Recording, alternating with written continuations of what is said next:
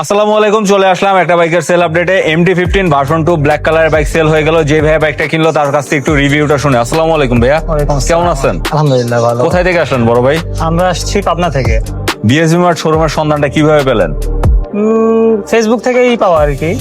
এখান থেকে দীর্ঘদিন মানে খোঁজ খবর রাখতাম আর কি। জি। এত দূর থেকে আসলেন ঢাকায় বিএসবি মার্টে বাইক কিনতে, তো এখানে আসার পর ওভারঅল এই বাইকটা কিনে স্যাটিসফাই?